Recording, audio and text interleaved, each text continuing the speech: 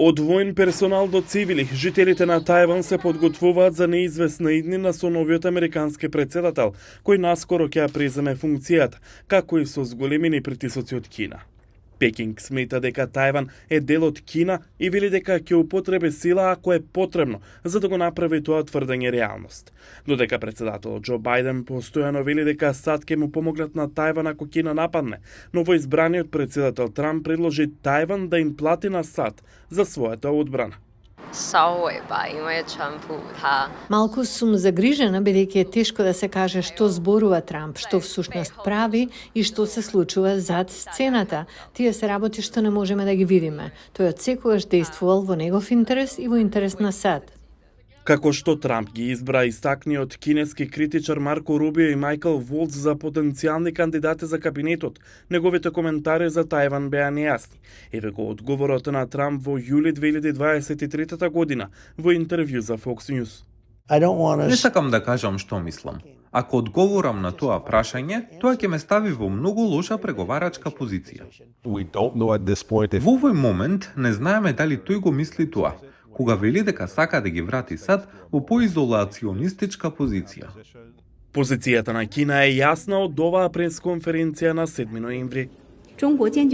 Кина цврсто се противи на каква било форма на официјална интеракција меѓу САД и Тајван. Некои жители на Тајван мислат дека вредностите на демократскиот остров ќе помогнат да се зацврстат односите со САД и со држави со исти вредности. Трамп сака да се разликува од Бајден со своји лични ставови, но мислам дека тоа нема да влијае на значењето на Тајван во САД или на глобалната линија на одбрана против Кина. Експертите исто така се согласуваат. Големи промени во односите меѓу САД и Тајван за време на следната администрација се малку веројатни. Расположението е дека ќе бидеме многу внимателни за развојот на настаните, но не сме во паника.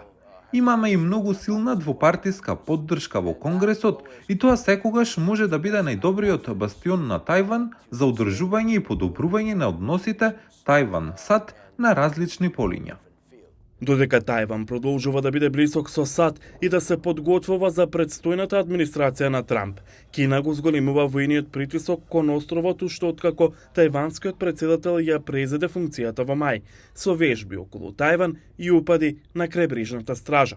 Акциите се насочени кон владата на Тајван, исто како кон нејзини гласачи, вели Кол. Тие се надеваат дека со создавање на ова чувство на борба и задржување на Тајван, на крајот ќе ги принуди тајванските гласачи, ако не и тајванската влада, да се вклучат во избегнувањето на ризикот. Кол вели дека нивото на агресија на Пекинг кон Тајван може да зависи од неговата проценка за политиките на новата администрација на Трамп кон Тајван и Кина.